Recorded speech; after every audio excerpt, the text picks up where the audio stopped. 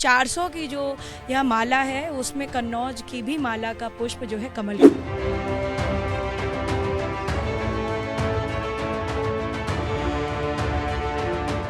कन्नौज को सपाइयों का गढ़ माना जाता रहा है। इसी कन्नौज से सपा सुप्रीमो अखिलेश यादव चुनावी मैदान में है। हालांकि चौथे चरण में यहां मतदान हो चुका है। उम्मीदवारों की किस्मत ईवीएम में कैद हो चुकी है, लेकिन चर्चा इसलिए क्योंकि परिवार की ही एक अहम सदस्य ने कन्नौज से अखिलेश की हार की भविष्यवाणी कर डाली है। उस कन्नौज से जहां अखिलेश की जीत के लिए उनका पूरा परिवार प्रचार में उतरा था। पत्नी डिंपल यादव हो या बेटी अदिति यादव, सभी ने गांव-गांव जाकर अखिलेश यादव के लिए वोट मांगे। लेकिन मुलायम की छोटी बहू अपर्णा यादव उसी कन्नौज को लेकर कह रही हैं, बीजेपी की 400 सीटों में कन्नौज भी शामिल है।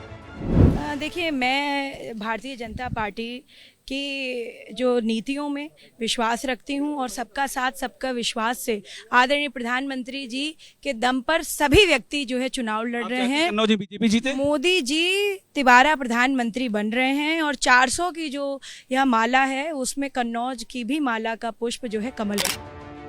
अपर्णा यादव को अखिलेश यादव के उस दावे पर भी यकीन नहीं है जिसमें मोदी सरकार की 4 जून को विदाई की बात कही जा रही है। दरअसल सवाल किया गया कि अखिलेश यादव तो दावा कर रहे हैं कि 4 जून को ये सरकार जा रही है, तो सुनिए अपर्णा यादव ने क्या कहा।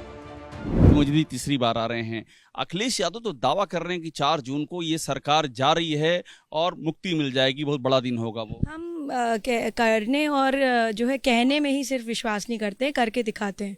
तो भारतीय जनता पार्टी की कथनी करनी में कोई फ़र्क नहीं है और आप लोग देखेंगे कि 4 जून को जो है हम भारी जो है बहुमत के साथ, पूर्ण बहुमत के साथ जो है अपनी सरकार बनाएंगे। आपको अखिलेश यादव के दावे पर यकीन नहीं?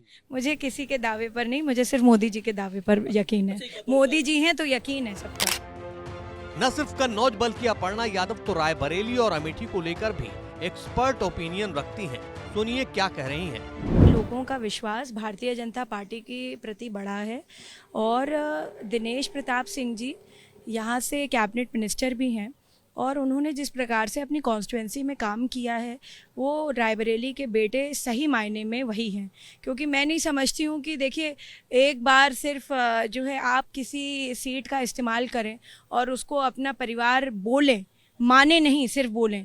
तो जो ये गांधी परिवार है उसकी नीति रही है कि वो हमेशा जो है यही सब करते हैं, हमेशा इसी तरह से जो है भटकाव करते हैं और कभी भी मुझे नहीं लगता जितनी बार जो है दिनेश प्रताप सिंह जी जाते हैं, आते हैं, वहाँ बैठते हैं, लोगों के सुख दुख में रहते हैं, इतना कभी भी वो जो दूसरे सांसद हैं लड़ रहे हैं वो अपनी। गांधी पर कुछ आपने कहा भी था रायबरेली में, मेरे ख्याल से आप गई थी, कुछ बड़ा बयान दिया था आपने, बड़ी चर्चा में रही। मुझे लगता है अभी वोट दे देना चाहिए क्योंकि नहीं तो फिर वो बयान चर्चा में। हालांकि अपर्णा यादव ने वोट डालने की बात कहकर रायबरेली वाले अपने बयान को दोहराने के बजाय निकलने में ही भलाई समझी। हालांकि इनके दावों में कितना दम है ये 4 जून के नतीजों के बाद पता चलेगा।